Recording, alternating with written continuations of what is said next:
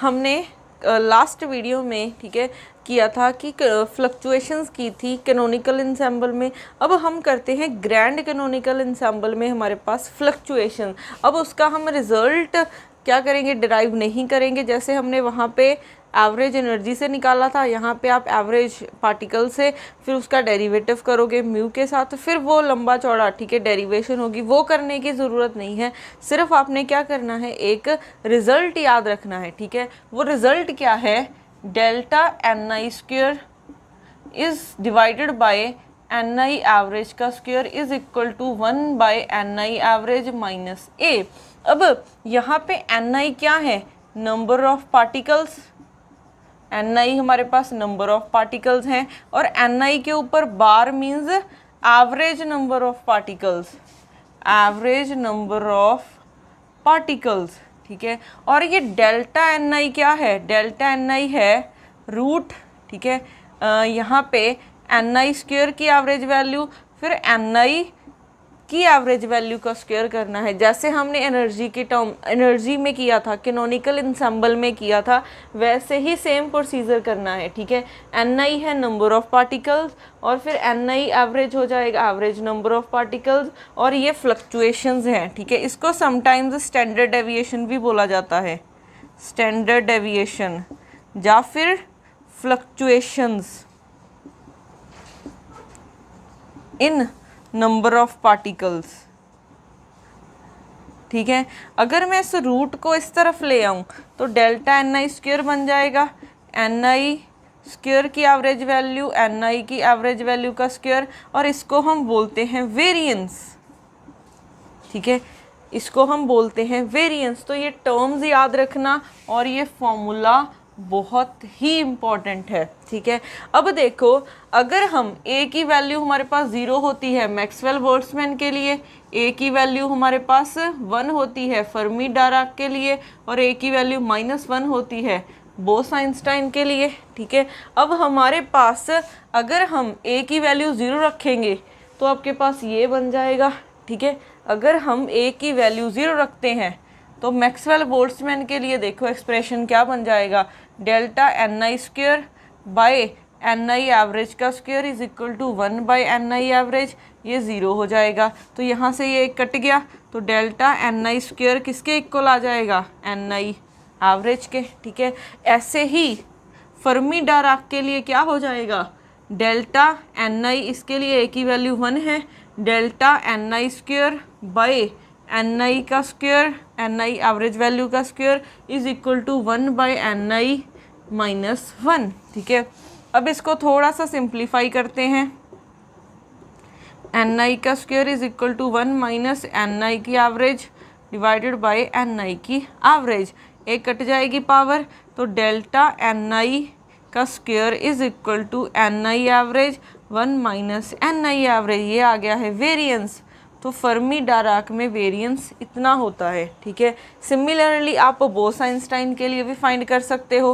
बोस-आइंस्टाइन के लिए ए की वैल्यू -1 हो जाएगी, तो यहाँ पे माइनस की जगह प्लस हो जाएगा, delta N I square divided by N I square is equal to 1 by N I average +1, ठीक है। फिर एलसीएम लोगे, delta N I square by N I square is equal to 1 plus N I average divided by N I average, ठीक है। तो ऐसे हमारे पास ये कट जाएगा, तो delta N I square is equal to N I average 1 plus N I average, तो ये हो जाएगा हमारे पास बोस-आइंस्टाइन के लिए, ठीक है। तो सिर्फ ये जनरलाइज फॉर्मूला याद रखना। अब उसके बाद हम करते हैं डिफ्यूजन इक्वेशन, ठीक है। इसके बाद है हमारे पास डिफ्यूजन इक्वेशन।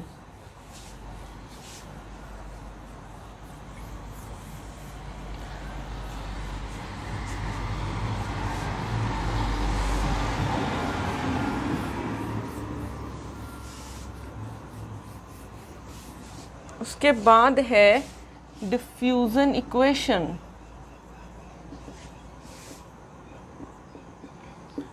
अब डिफ्यूज़न इक्वेशन हमारे पास क्या है। अब डिफ्यूज़न का क्या मतलब होता है, जैसे आप क्या करते हो, किसी कोने में जाके परफ्यूम को स्प्रे करो, ठीक है, कुछ टाइम बाद देखोगे सारे रूम में उसकी खुशबू आ रही होती है, ठीक है, तो वो होती है डिफ्यूज़ हो जाना पार्टिकल का, ठीक है। अब हम डिफ्यूज़न इक्वेशन लिख सकते हैं। वो डिफ्यूज़न इक्वेशन क्या होगी, del square n minus 1/d curly n by curly t is equal to 0। इसको हम बोलते हैं डिफ्यूज़न इक्वेशन। अब यहाँ पे n क्या है, नंबर डेंसिटी, ठीक है, n है नंबर डेंसिटी और d आपके पास क्या है, डिफ्यूज़न कांस्टेंट, डिफ्यूज़न कांस्टेंट। अब अगर हम देखें इस इक्वेशन का सल्यूशन हमारे पास, अगर हम 3D में बात करें, ठीक है, 3D में बात करें तो इसका सल्यूशन कुछ ये हो जाएगा। 3D के लिए n is equal to capital N by 4 pi D T raise to power 3/2 e raise to power minus r square by 4 D T. इस इक्वेशन का सल्यूशन ये हो जाएगा, ठीक है। अगर आप 2 डायमेंशनल में देखोगे, 2D में देखोगे तो ये हो जाएगा n by 4 pi D T, ठीक है। अब अगर आप 3D में हो तो यहाँ पे 3 आ रहा है, 2D में हो तो 2 आ जाएगा, बाकी सारी टर्म्स सेम रहेंगी। अगर आप 1D में जाओगे तब यहाँ पे 1 आ जाएगा, तो ये आ जाएगा 4 pi D T raise to power 1/2, ठीक है, e raise to power r square by 4 pi D T. अब यहाँ पे n हमारे पास टोटल नंबर ऑफ पार्टिकल्स हैं, ठीक है, n क्या है, टोटल नंबर ऑफ पार्टिकल्स, ठीक है। d आपको पता है, r क्या है, डिस्टेंस है, ठीक है, पार्टिकल्स का फ्रॉम द ओरिजिन। जैसे ये ओरिजिन मान लिया कुछ पार्टिकल्स हैं, ये पार्टिकल्स का ओरिजिन से डिस्टेंस कितना है, r है, ठीक है। तो मेथड सेम है, सिर्फ एक याद रखना है, अगर 3D में हो तो 3 आ जाएगा, 2D में हो तो 2 आ जाएगा और 1D में हो तो यहाँ पे 1 आ जाएगा। अब यहाँ पे हम कुछ टर्म्स निकालते हैं, ठीक है। जैसे आपने r की एवरेज वैल्यू निकालनी हो, r की एवरेज वैल्यू कैसे निकालते हैं हम, 0 टू इन्फानाइट, यहाँ पे ये टर्म हो जाएगी, ठीक है।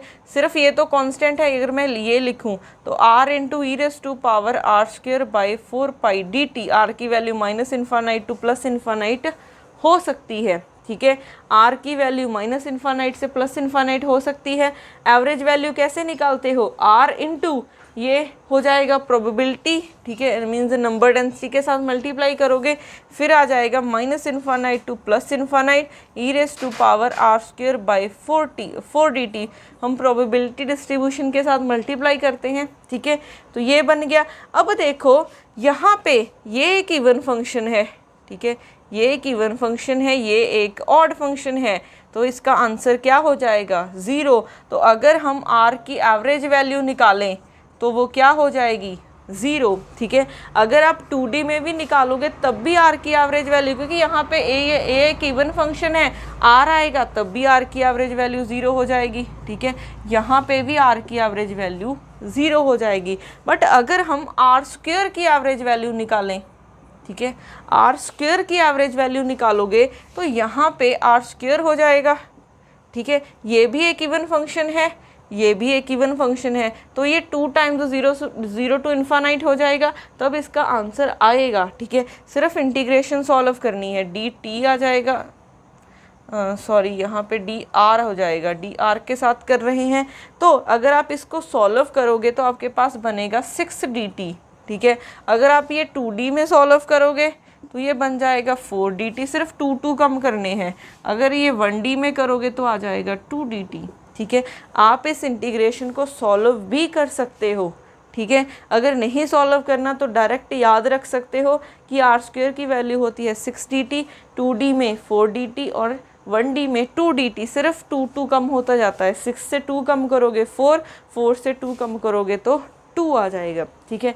तो आपको डिफ्यूजन इक्वेशन में इक्वेशन और सिर्फ एक वैल्यू याद रखना बाकी हो जाएंगी, r की एवरेज वैल्यू 0 और r स्क्वायर की एवरेज वैल्यू 6 डी टी, ठीक है। फिर 2D में और 1D में क्या होती हैं ये याद होनी चाहिए। अब करेंगे इसके रिलेटेड कुछ numericals.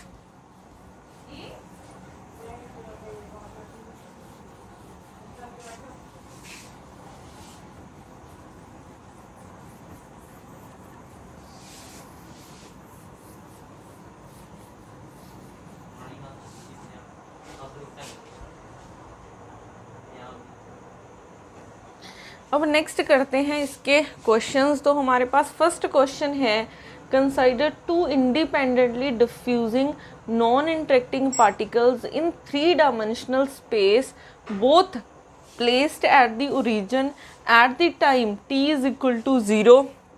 These particles have different diffusion constant d1 and d2. The quantity, अब हमें इसकी एवरेज वैल्यू फाइंड करनी है और r1 r2 क्या है, पोजीशंस ऑफ द पार्टिकल। तो r1t माइनस r2t इसका स्क्वायर करना है, फिर एवरेज वैल्यू निकालनी है। तो पहले स्क्वायर ओपन करते हैं, r1t square r2 square t minus 2r1rt, ठीक है।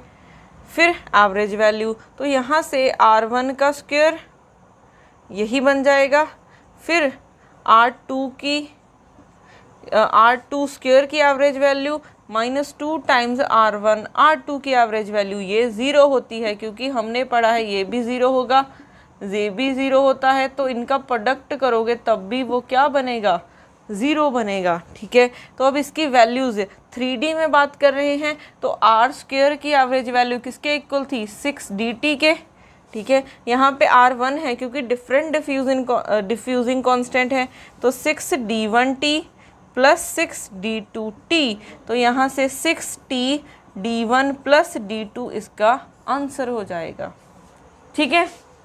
अब उसके बाद नेक्स्ट क्वेश्चन है, consider a particle diffusing in a liquid contained in a large box the diffusion. कभी भी आपको डिफ्यूजन की तो टर्म गिवन होगी तब आप ये वाला फॉर्मूला लगा सकते हो, क्योंकि यहाँ पे गिवन था कि 2 गैसेस डिफ्यूज़ हो रही हैं, ठीक है। अब यहाँ पे क्वेश्चन क्या था, diffusion constant of the particles in the liquid is, diffusion constant की वैल्यू 1.0 इंटू 10⁻⁻² सेंटीमीटर स्क्वायर पर second. The minimum time after which the root mean square displacement becomes more than 6 centimeter। अब root mean square displacement, ठीक है, हम ये value निकालते हैं, इसको हम क्या बोल सकते हैं, mean square displacement, mean square displacement, ठीक है। ये हमने मीन किया है, एवरेज वैल्यू की है किसकी, स्क्वायर डिस्प्लेसमेंट की, ठीक है। तो अब उन्होंने बोला है कि root mean square displacement means r की एवरेज वैल्यू का रूट डाल देना है, is equal to more than होनी चाहिए 6 सेंटीमीटर के, ठीक है। उन्होंने कहा है कि वो टाइम फाइंड करना है जब हमारी ये वैल्यू ग्रेटर देन हो जाए 6 सेंटीमीटर से। अब हम इक्वल पे रख के फाइंड करते हैं, अगर इक्वल से फिर अगर हमें इक्वल पे पता चल गया कि हाँ इतने टाइम में वो इक्वल हो रही है तो हमें पता चल जाएगा। इससे कुछ टाइम बाद देखोगे, कुछ सेकेंड बाद देखोगे, तब आपके पास क्या हो जाएगा, ये ग्रेटर देन हो जाएगा, ठीक है। तो उन्होंने पूछा है मिनिमम टाइम पूछा है, ठीक है। मिनिमम टाइम मीन्स इक्वल के बाद ही आपके पास वो ग्रेटर देन होगा, तो इक्वल हमारा मिनिमम टाइम, ठीक है। इक्वल पे रख के हम मिनिमम टाइम फाइंड कर सकते हैं, तो इक्वल पे रखा, ठीक है। अब इक्वल पे रखने के बाद अब इसकी वैल्यू हमें पता है क्योंकि ये हमें 3D में गिवन है, ठीक है। अगर डायमेंशंस नहीं गिवन तो हम 3D में लेके चलेंगे, तो ये आ जाएगा 6dt is equal to 6 centimetre. तो यहाँ से रूट डाल दो, ये रूट उस तरफ चला जाएगा, 6dt इज़ इक्वल टू 36, ठीक है। अब t की वैल्यू 36/6d आ जाएगी। इसकी वैल्यू कितनी है, 6 इंटू डी की वैल्यू 1 इंटू 10⁻⁻², ये सेकंड में आएगा, ये सेंटीमीटर स्क्वायर बन गया, सेंटीमीटर स्क्वायर, फिर सेंटीमीटर स्क्वायर पर सेकंड, तो ये आंसर आएगा सेकंड में, ये 6, ठीक है। तो ये आ जाएगा 6 सेकंड, ठीक है। अगर आपको मिनट में आंसर गिवन होता, ठीक है, मिनट में आपने आंसर फाइंड करना होता तो ये आ जाना था 10 मिनट्स, ठीक है। अगर आपको मिनट्स में आंसर निकालना होता तो इसका आंसर आ जाएगा 10 मिनट, अदरवाइज ये आ जाएगा 6 सेकेंड, ठीक है। 6 सेकेंड के बाद ये आपके पास ये डिस्टेंस, ये वैल्यू आपके पास ग्रेटर हो जाएगी 6 सेंटीमीटर की, ठीक है। तो ऐसे हम इनको सॉल्व करते हैं।